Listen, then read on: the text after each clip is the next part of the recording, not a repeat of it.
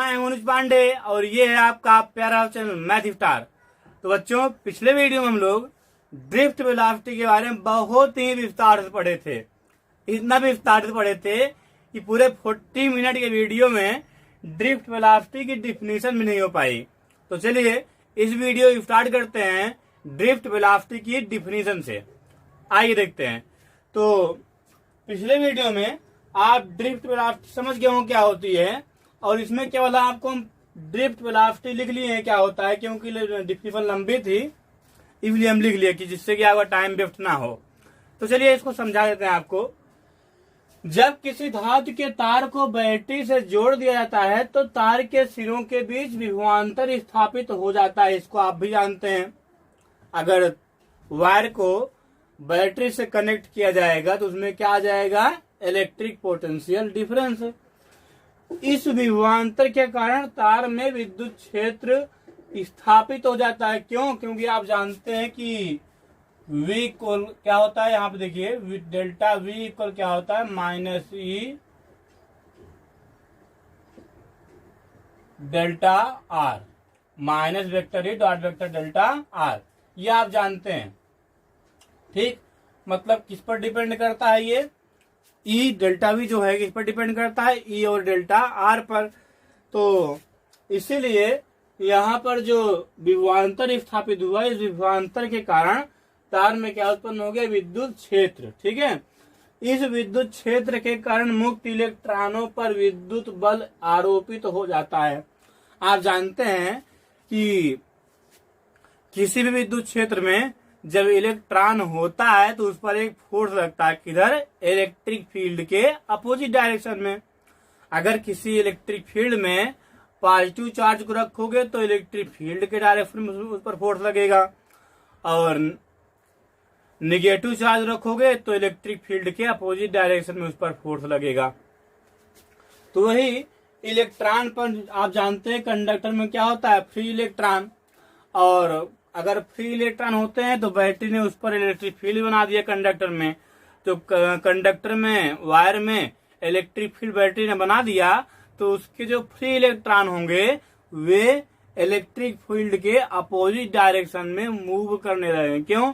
क्योंकि उस पर फोर्स लग गया। कौन सा फोर्स, इलेक्ट्रिक फोर्स।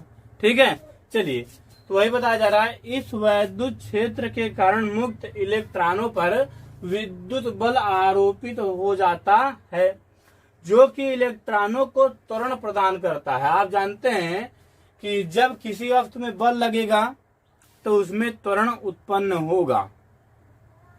ठीक, अगर किसी गतिमान वस्तु में बल लग रहा है तो उस पर त्वरण उत्पन्न होगा।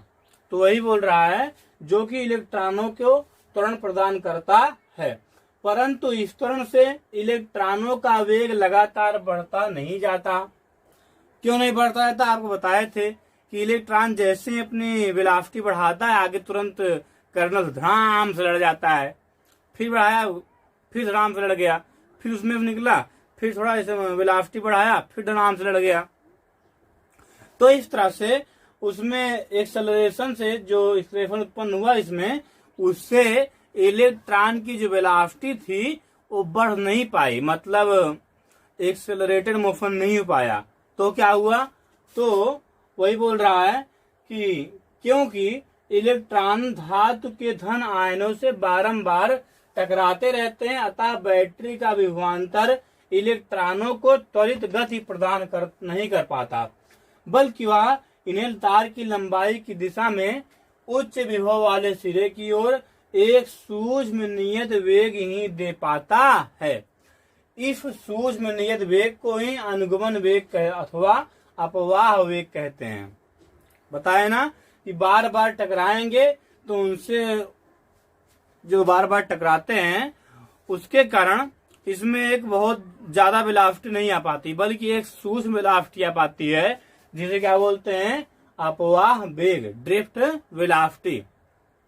ठीक है, और इस सूक्ष्म नियत वेग को ही अनुगमन वेग अथवा अपवाह वेग कहते हैं। इस वेग का मान लगभग 10⁻⁻⁴ मीटर पर सेकेंड होता है। ठीक, इसे वीडी से प्रदर्शित करते हैं। और आप ये भी जानते हैं कि थर्मल टेम्परेचर के कारण, जो रूम टेम्परेचर होता है, थर्मल एनर्जी के कारण, थर्मल एनर्जी के कारण आप जानते हैं कि कितनी स्पीड आती है इलेक्ट्रॉन में, 10⁵ मीटर पर सेकेंड। थर्मल एनर्जी के कारण इलेक्ट्रॉन में कितनी स्पीड आती है, 10⁵ मीटर पर सेकेंड। लेकिन स्पीड है, ये वेलोसिटी नहीं है। चलिए, तो इस तरह से इसकी डिफिनीशन हो गई ड्रिफ्ट वेलोसिटी की। अब चलते हैं हम लोग अपने अगले टॉपिक पर। चलिए इसको मिटा देते हैं फिर।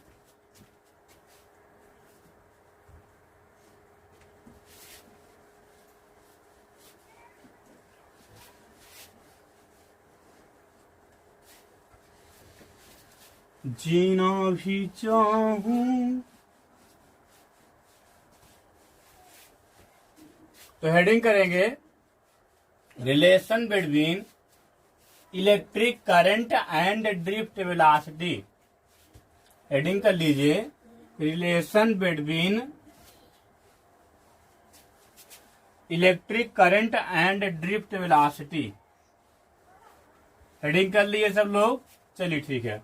कुछ लोग कमेंट में बताए थे कि उनको फेर कैसे लिखनी है समझ में नहीं आ रहा, कम समझ में आ रहा है, तो उनके लिए हम एक PDF नोट बना रहे हैं। जैसे ही वो तैयार हो जाएगा हम उसको नेट पे डाल देंगे, जिससे कि आप लोग देख लेंगे कैसे फेर बनाना है। उसमें पूरी तरह से एक बार फेर लिखी रहेगी, फेर कॉपी, तो उसको आप लिख सकते हैं। ठीक है, चलिए तो हेडिंग कर लेते हैं रिलेशन बिटवीन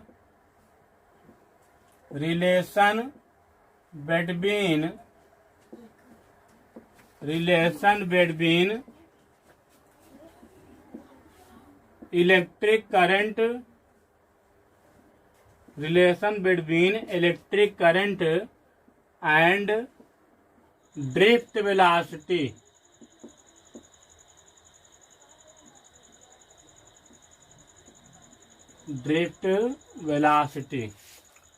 तो अब हम बात करेंगे relation between electric current and drift velocity. चलिए, तो इसके लिए हम कर क्या रहे हैं, ध्यान दीजिए। एक कंडक्टर ले लेते हैं, ये कंडक्टर है,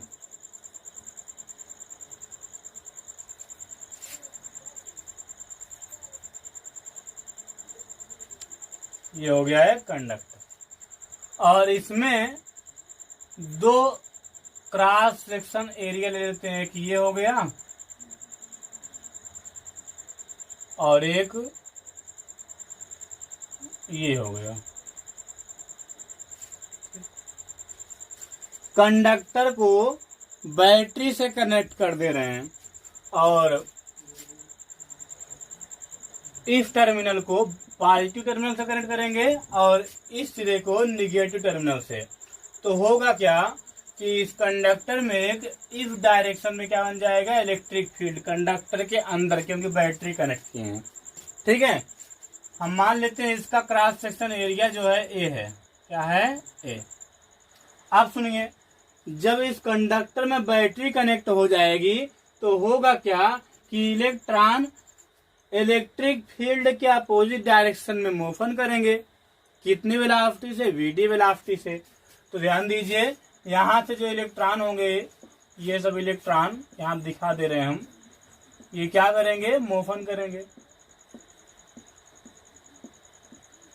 ठीक, और होगा क्या, यही इलेक्ट्रॉन जो है ये इस क्रॉस सेक्शन एरिया से क्या करेंगे, पास करेंगे, और पास करके यहाँ हम मान लेते हैं ये इलेक्ट्रॉन जो है ये dt टाइम में, कितने टाइम में, dt टाइम में इसमें से पास करके इस शेडेड रीजन में, छायांकित भाग बता देते हैं, हम एक बार बना दे रहे हैं यहाँ पे ये।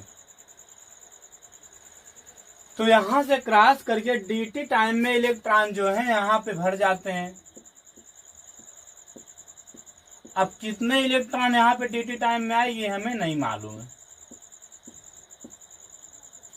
ठीक, ये इलेक्ट्रॉन चल रहे हैं, मतलब जितने इलेक्ट्रॉन पास करके इसमें से यहाँ आएंगे उतने इलेक्ट्रॉन फिर यहाँ पे आ जाएंगे, मतलब एक आगे जा रहा है दूसरे उसके पीछे लगा हुआ, आप समझ सकते हैं।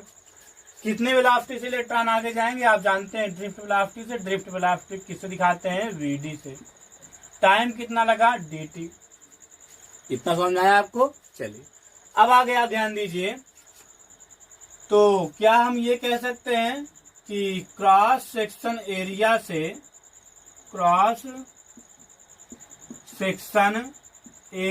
से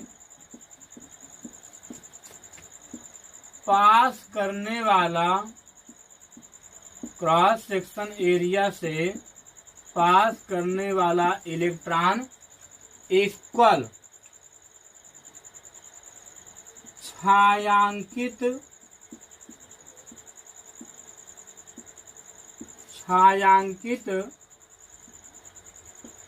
भाग का इलेक्ट्रॉन।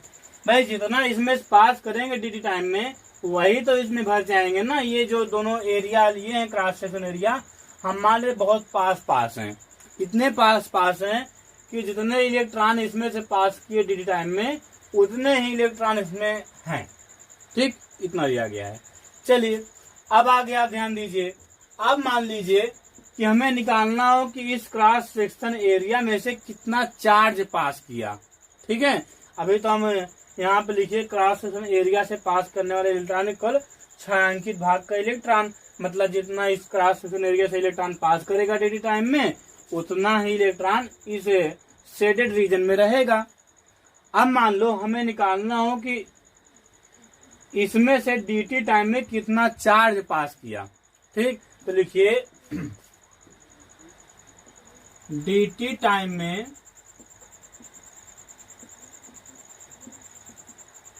A से पास करने वाला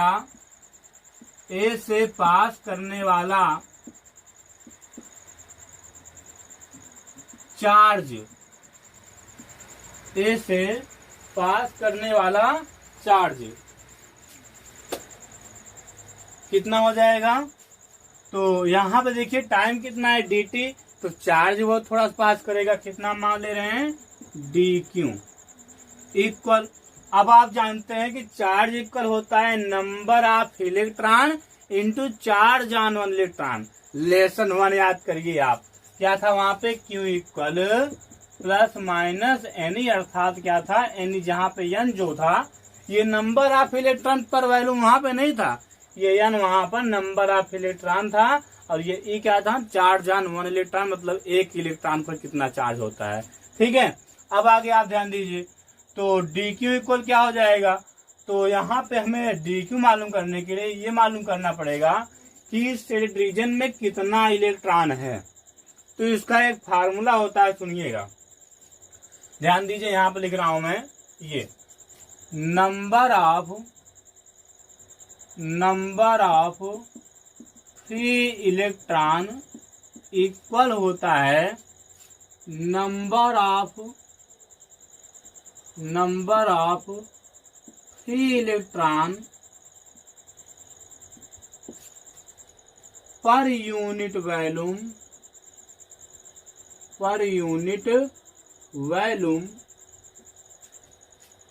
इंटू क्या हो जाएगा, इंटू वॉल्यूम ऑफ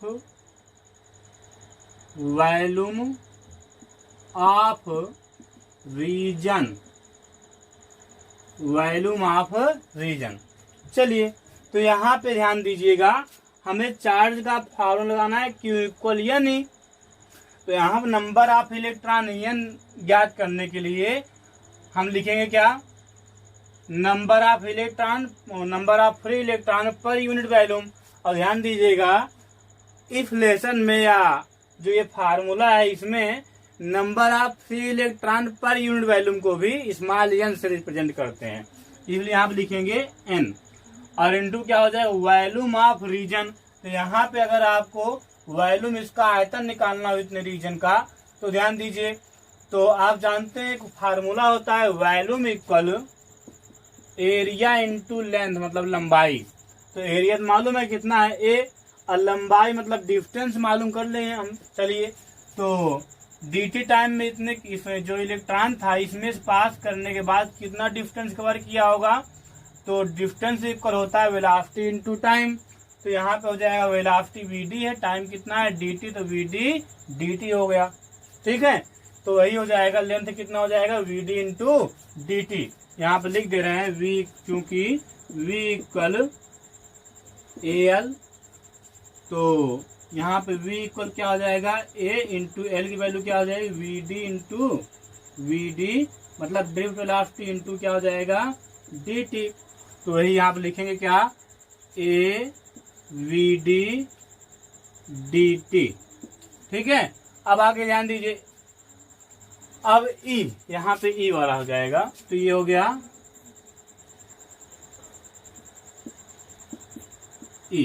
ठीक, अब यहाँ पे लिखेंगे dq इक्वल क्या हो जाएगा n e a v d into क्या हो जाएगा dt, इसका लिख लिए। अब इस dt को हम यहाँ पे नीचे ला रहे हैं, तो ये हो जाएगा dq अपान क्या हो जाएगा dt इक्वल क्या हो जाएगा n e a v d। अब आप जानते हैं कि जो कि I इक्वल क्या होता है, I इंस्टेंटेनियस इक्वल क्या होता है dq अपान dt। होता नहीं होता है, सब लोग बोले होता है। ठीक है, चलिए तो यहाँ पे लिखेंगे I इक्वल क्या हो जाएगा n e a v d। तो ये हो गया relation between electric current and drift velocity.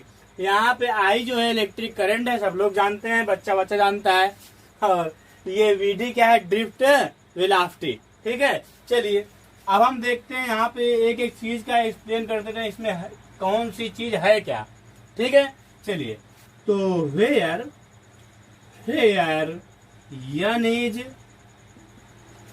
n जो है वो क्या है नंबर ऑफ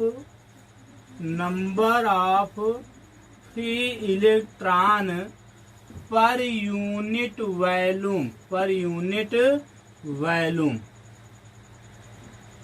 ठीक, और जो E है ये E है चार्ज ऑन वन इलेक्ट्रॉन। क्या है चार्ज ऑन वन इलेक्ट्रॉन। ठीक, और ये जो A है cross section area of conductor, cross section area of conductor, cross section area of conductor. और जो ये VD है, VD सब लोग जानते हैं, अभी आप पढ़ेंगे क्या इसके पहले वाले वीडियो में, और इसमें इस वीडियो में भी आप इसका डेफिनेशन पढ़े हैं। तो VD है क्या, VD है ड्रिफ्ट वेलोसिटी। क्या है ड्रिफ्ट वेलोसिटी, समझ गए। चलिए अब हम नेक्स्ट टॉपिक पे चलते हैं, ध्यान दीजिए। ये तो पूरा हो गया, इसमें आपको लिखना कैसे, पहले फिगर बनाएंगे, उसके बाद लिखेंगे माना एक कंडक्टर है जिसका क्रॉस सेक्शन एरिया A है, प्रत्येक स्थान पर इसका क्रॉस सेक्शन एरिया समान है, मतलब कहीं पर मोटा कहीं पर पतला, ऐसा नहीं है। ठीक है, तो फिर आगे लिखना है कंडक्टर के दोनों सिरों पर विद्युत विभवांतर स्थापित करने पर कंडक्टर में मतलब चालक में एक विद्युत क्षेत्र स्थापित हो जाता है, जिससे कि इलेक्ट्रॉन पर एक बल आरोपित होता है और इलेक्ट्रॉन विद्युत क्षेत्र के विपरीत दिशा में गति करने लगते हैं। ठीक, तब उसके बाद इतना लिखने के बाद आपको ये सब पूरा लिख लेना, जैसे जैसे हम लिखे थे उसी तरह से पूरा लिख लेना है। ठीक है, चलिए तो अब हम नेक्स्ट हेडिंग करते हैं क्या, इलेक्ट्रिक रेजिस्टेंस। बहुत मस्त टॉपिक है इलेक्ट्रिक रेजिस्टेंस। इसमें आपको बताया जाएगा, अभी तक आप देखे थे कि कंडक्टर जो होता है ये इलेक्ट्रिक करंट को फ्लो कराता है। क्या कराता है, फ्लो। लेकिन भैया आप जानते होंगे ना, पूरी तरह हम नहीं कह सकते हैं कि यहाँ इलेक्ट्रिक करंट को फ्लो कराता है, लेकिन ये बात भी सही है और आज की बात भी सही है कि कंडक्टर ही इलेक्ट्रिक करंट के मार्ग में बाधा डालता है, मतलब इलेक्ट्रिक करंट को फ्लो होने से रोकता है। वैसे उसकी पूरी तरह चल नहीं पाती है, लेकिन फिर भी जो कंडक्टर होता है ये इलेक्ट्रिक करंट के फ्लो होने को रोकता है। ठीक, चलिए तो हेडिंग कर लेंगे इलेक्ट्रिक रेजिस्टेंस। सब लोग हेडिंग कर लिए, बहुत बढ़िया। तो हम भी हेडिंग कर लेते हैं क्या, इलेक्ट्रिक रेजिस्टेंस। हेडिंग कर ले रहे हैं इलेक्ट्रिक रेजिस्टेंस। तो ये बहुत ही बिंदास टॉपिक होने वाला है, कचा। ठीक है, चलिए आप सुनिए इलेक्ट्रिक रेजिस्टेंस होता क्या है। तो यहाँ पहले हम एक डिफिनेशन लिख रहे हैं जो कि नॉर्मली सही भी है। क्या, किसी चालक द्वारा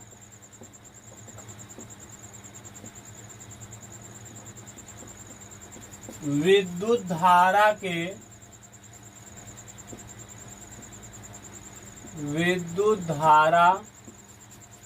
के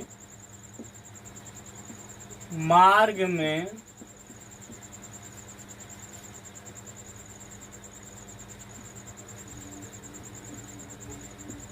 बाधा डालने को ही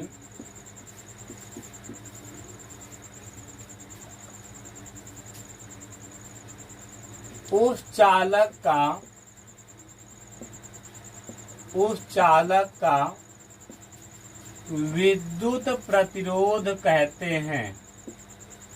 विद्युत प्रतिरोध कहते हैं। समझ में आ रहा है। और यहाँ पे एक लाइन लिखेंगे कि जो विद्युत प्रतिरोध है ना, ये प्रत्येक चालक की एक प्रॉपर्टी है, एक गुण है। ठीक है, तो यहाँ पर लिख दे रहे हैं कि विद्युत प्रतिरोध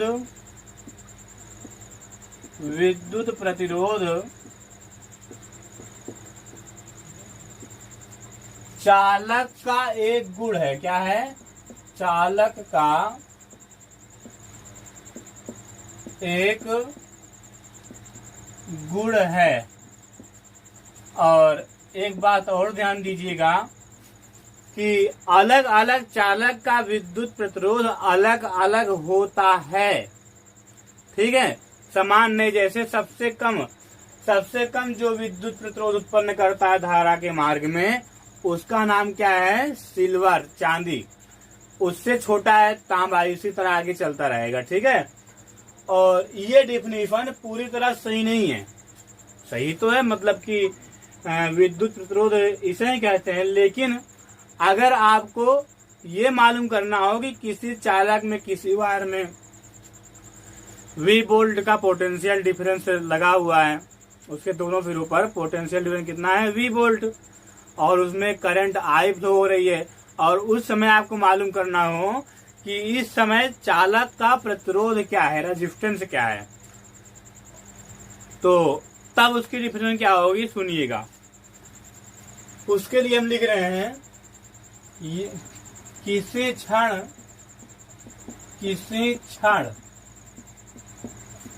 चालक का प्रतिरोध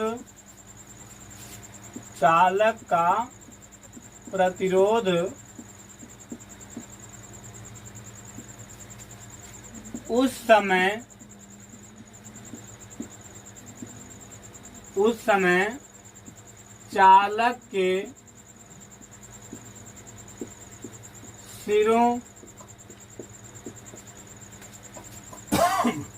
सिरों के बीच स्थापित विभवांतर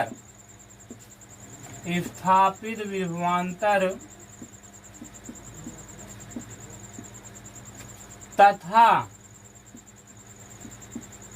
चालक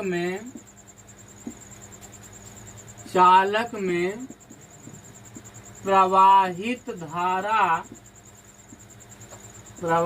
विद्युत धारा प्रवाहित विद्युत धारा I के अनुपात के, क्या अनुपात, जिसकी इंग्लिश होती है रेशियो, अनुपात के बराबर होती है। क्या होती है?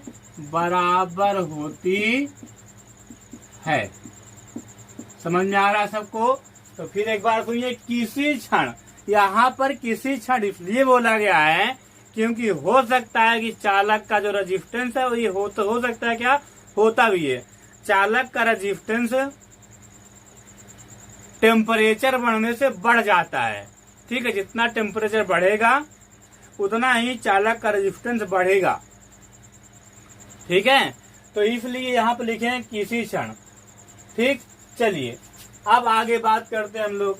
और इसके लिए एक आप पढ़े भी होंगे, आप पढ़ाएंगे आगे, आप नहीं पढ़े पढ़ाएंगे आगे, क्या, heating effect of electric current. ठीक, मतलब ये कि आप जानते होंगे, नहीं जानते हो जान लीजिए कि जब किसी चालक में, जब किसी कंडक्टर में विद्युत धारा प्रवाहित की जाती है तो चालक जो होता है ना वो गर्म हो जाता है। क्या होता है? गर्म हो जाता है। और जितना अधिक गर्म होगा उतना ही उसका रेजिस्टेंस बढ़ेगा। इसको आगे आपको बताने वाले हैं। ठीक, चलिए, तो अनुपात के बराबर होता है। किसी क्षण चालक का प्रतिरोध उस समय चालक के सिरों के बीच स्थापित विभवांतर तथा चालक में प्रवाहित विद्युत धारा I के अनुपात के बराबर होता है। यही जो हम लिखे हैं यही एकदम सही डिफिनीशन है। ये तो एक प्रकार से चालक के गुण की बात की गई है और यहाँ पर प्योर इलेक्ट्रिक रेजिस्टेंस की बात की गई है। ठीक है, मतलब सुनिएगा, जो यहाँ पे कहा गया उसको हम फार्मूले के रूप में करें तो ध्यान दीजिए। तो हम मान लेते हैं कि चालक में जो विभवांतर है वो कितना है? V, डेल्टा V का मान कितना है? V। और उस समय चालक में कितना करंट फ्लो हो रही है? I। तो इसका रेशियो निकालेंगे तो किसके इक्वल हो जाएगा? रेजिस्टेंस के इक्वल। मतलब ये आप यहाँ पे R देख रहे हैं तो ये समझिए कि रेजिस्टेंस को R से रिप्रेजेंट करते हैं। ठीक है, यहाँ पे लिख दे रहे हैं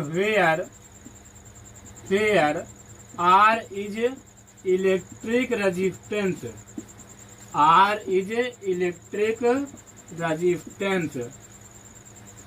ठीक है, चलिए, तो अगर इसका हम देखें यूनिट, तो यूनिट देखे पहले डायमेंशन देखते हैं।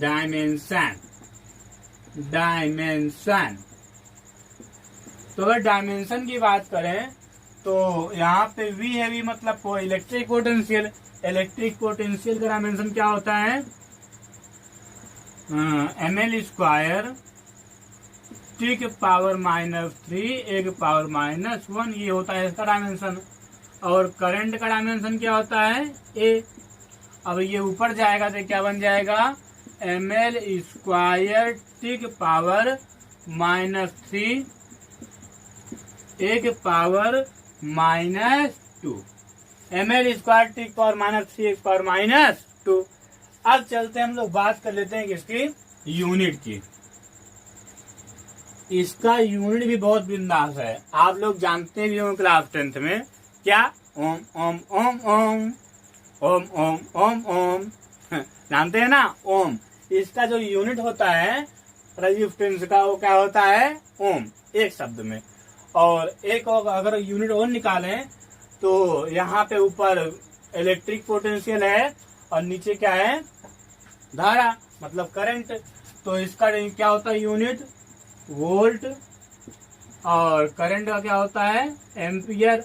तो वोल्ट पर एम्पियर भी इसका एक यूनिट होता है। और वोल्ट पर एम्पियर को क्या बोलते हैं?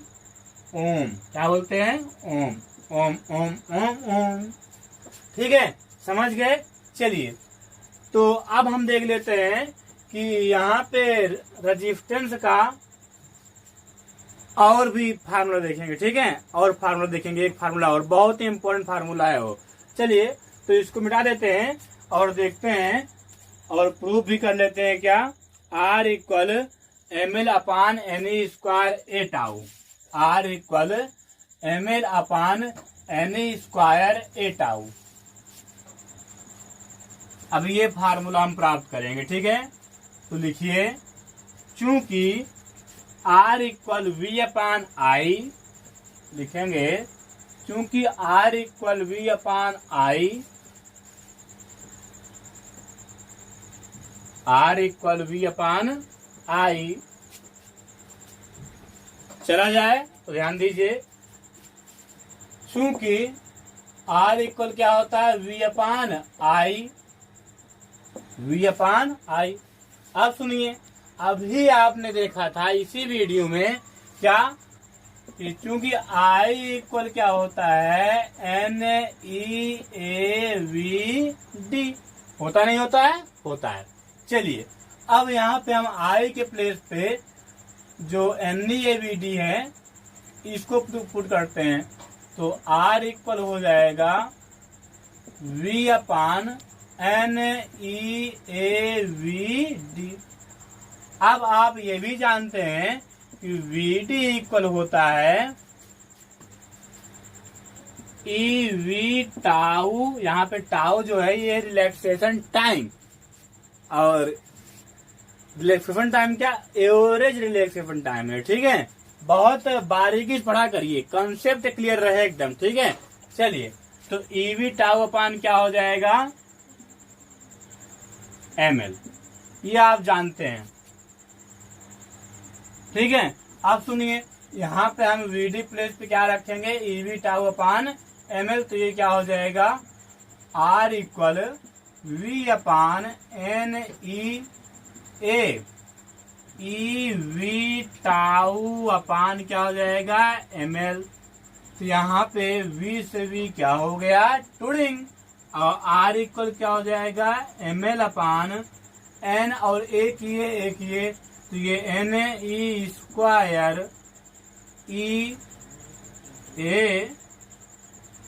NE square A tau. ठीक, तो R इक्वल क्या हो गया, ml upon NE square A tau. अब यहाँ पे तो आप जानते हैं m क्या है, मास ऑफ इलेक्ट्रॉन, L क्या है, लेंथ ऑफ कंडक्टर, N क्या है, number of electron per unit volume, number of free electron, sorry number of free electron per unit volume. और पिछले वीडियो में या अभी बता दे रहे हैं आपको कि सच्चाई में तो किसी किसी किताब में यह भी लिखा रहता है कि n जो है नंबर ऑफ फ्री इलेक्ट्रॉन होते हैं जो कि चार्ज कैरियर होते हैं, मतलब ये चार्ज कैरियर हैं, ये जो नंबर ऑफ फ्री इलेक्ट्रॉन होते हैं ना, चार्ज को ले जाते हैं। ठीक, चलिए अब आ गया, ध्यान दीजिए, समझ गए नहीं समझ गए, चार्ज कैरियर का मतलब, चार्ज कैरियर का मतलब इलेक्ट्रॉन के ऊपर ही तो चार्ज बैठ कर जाता है आगे, इलेक्ट्रॉन ही चार्ज में। तो कुछ लोग सोचे होंगे इलेक्ट्रॉन ही चार्ज है, ऐसा नहीं है, इलेक्ट्रॉन पर चार्ज होता है। जैसे मनुष्य के अंदर गुस्सा होता है और खुशी होती है और अनेक प्रॉपर्टी होती है, दया होती है, उसी तरह चार्ज भी एक प्रॉपर्टी है जो कि इलेक्ट्रॉन पर होती है। ठीक, सबसे छोटा चार्ज किस पर होता है, एक इलेक्ट्रॉन पर। तो इसीलिए बोल रहा हूं कि जो n है इसको हम चार्ज कैरियर भी बोलते हैं, क्योंकि चार्ज को एक प्लेस से दूसरे प्लेस तक ले जाता है। ठीक है, चलिए, और वैसे आप इसका नाम यही जानिए, number of free electron per unit volume. यहाँ पे लिख भी दे रहे हैं, फेयर m जो है ये क्या है, mass of electron, mass of electron. Electron का मास कितना होता है, 9.1 इंटू 10 के पावर -31 किलोग्राम। और जो L है, ये L है length of conductor, length of conductor. ठीक, और ए क्या है, एन आप जानते हैं, नंबर ऑफ इलेक्ट्रॉन लिख दे, कैसे लिख देते हैं, number of free electron, number of free electron per unit volume, per unit volume of conductor, per unit volume of conductor. मतलब चालक के एकांक आयतन में जितना इलेक्ट्रॉन होगा, जितना फ्री इलेक्ट्रॉन होगा, उसे ही बोलेंगे n। पर यूनिट वॉल्यूम आप समझते हैं, जैसे अगर आप ध्यान दें तो जो एक अच्छा चालक होता है, जैसे सिल्वर की बात की जाए अगर, तो उसमें 10⁻29 free electron per unit volume होता है, पर मीटर क्यूब, 10⁻29 फ्री इलेक्ट्रॉन पर मीटर क्यूब होता है किसमें, सिल्वर में। और लगभग सभी कंडक्टर में ऐसे ही होता है, थोड़ा बहुत कम ज्यादा। तो इसका मतलब क्या हुआ, इसका मतलब अगर हम उस कंडक्टर की 1 मीटर लंबाई लें, 1 मीटर चौड़ाई, 1 मीटर ऊंचाई, और मतलब ऐसे खत खत खत खत, मतलब क्यूब अगर देखें, क्यूब में कितने होते हैं साइड, 6, तो 6 साइड लेंगे, खत खत खत खत, फिर उसी तरह खत खत खत खत, और इसमें इतना जो बना ये एक अर्ध क्यूब, उसमें अगर आप देखेंगे तो उसमें कितने फ्री इलेक्ट्रॉन रहेंगे, 10⁻29 फ्री इलेक्ट्रॉन। इलेक्ट्रॉन तो वो इलेक्ट्रॉन की बात ना करिए, फ्री इलेक्ट्रॉन की बात कर रहा हूँ। कंडक्टर में इलेक्ट्रॉन तो बहुत होते हैं भाई, फ्री इलेक्ट्रॉन इतने, तो सोचिए इलेक्ट्रॉन कितने होंगे। ठीक, चलिए, तो समझ में आ गया होगा आपको number of free electron per unit volume of conductor. और ये क्या है, ये आप जानते हैं, चार्ज जानवर इलेक्ट्रॉन, इसको बताऊंगा नहीं, आप जानते हैं। ये क्या है, क्रॉस सेक्शन एरिया लिख दे रहा हूं इसको, A equal cross section area, cross section area of conductor, cross section area of conductor. और टाउ क्या है, टाउ है एवरेज रिलैक्सेशन टाइम, टाउ है average relaxation time, relaxation time. समझ में आ रहा है सबको अच्छे से बात।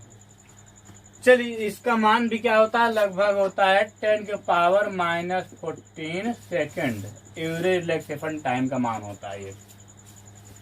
ठीक है, चलिए अब आगे आप ध्यान दीजिए, कुछ बचा क्या, अभी नहीं, हो गया सब। तो इस तरह से एक फार्मूला ये जनरेट हुआ।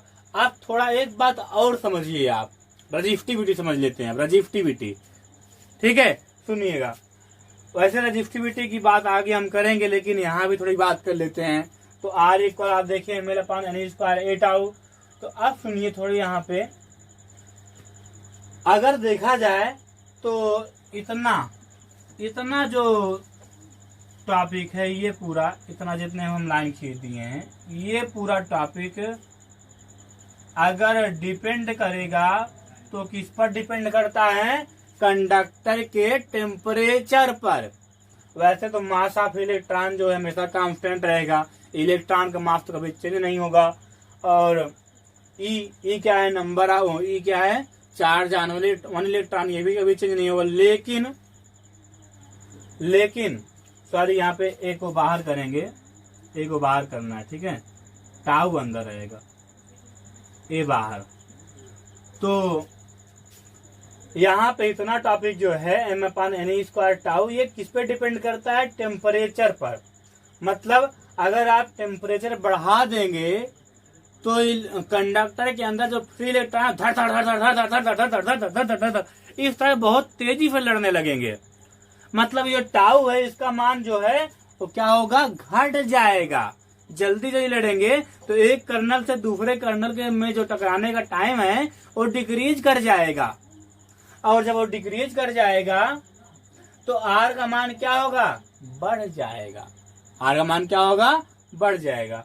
आगे हम बात करेंगे effect of temperature on resistance की, लेकिन अभी आप थोड़ा बहुत समझ लीजिए। मतलब अगर इतना देखा जाए तो मास ऑफ इलेक्ट्रॉन तो कांस्टेंट रहता ही है, और ई भी कांस्टेंट रहता है, एन भी लगभग कांस्टेंट ही रहता है। और ये जो टाउ है ये किस पर डिपेंड करता है, टेम्परेचर पर। मतलब अगर हम बात करें तो इसको मिला करके ये जो पूरा हम लाइन खींचे है ना, इसको मिला करके एक डिफिनेशन बनाई, एक टॉपिक बना दिया गया, रजिस्टिविटी। तो यहाँ पे जो m/n² टाउ है, इसके प्लेस पे हम क्या लिखेंगे, रो। यहाँ पे एक फार्मूला हो जाएगा R इक्वल ρL/A।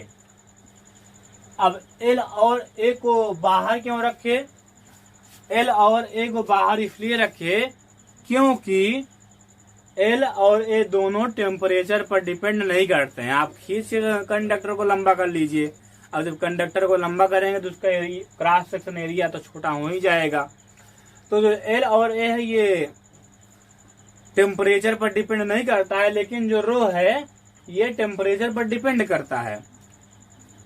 ठीक है, और वैसे तो बात किया जाए तो एल और ए भी टेम्परेचर पर डिपेंड करता है, क्योंकि अगर आप कंडक्टर को बहुत हीट कर देंगे तब जो कंडक्टर तन ज्यादा थोड़ा सा, लेकिन उतना इफेक्ट नहीं होता है बहरहाल। लेकिन ये जो रो है ना किस पर डिपेंड करता है, टेम्परेचर पर। मतलब अगर टेम्परेचर को कांस्टेंट रखा जाए तब जो रो है ये क्या रहेगा, कांस्टेंट। ठीक, तो कांस्टेंट टेम्परेचर पर जितनी वैल्यू चेंज नहीं होगी, कांस्टेंट अगर मान लिया जाए कि कंडक्टर का जो टेम्परेचर है वो कांस्टेंट है, तो ये सब वैल्यू जो है कांस्टेंट हो जाएंगी। तो उसी कांस्टेंट को क्या बोलेंगे, रो। और यहाँ पे जो रो है फिर रो इज कॉल्ड रेजिस्टिविटी।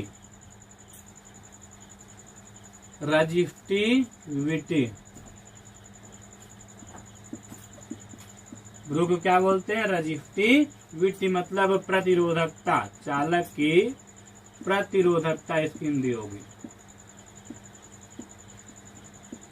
और रो का मान क्या होगा, रो का मान होगा रो इक्वल m अपान एनी स्क्वायर टाउ, m अपान एनी स्क्वायर टाउ। समझ गए आप?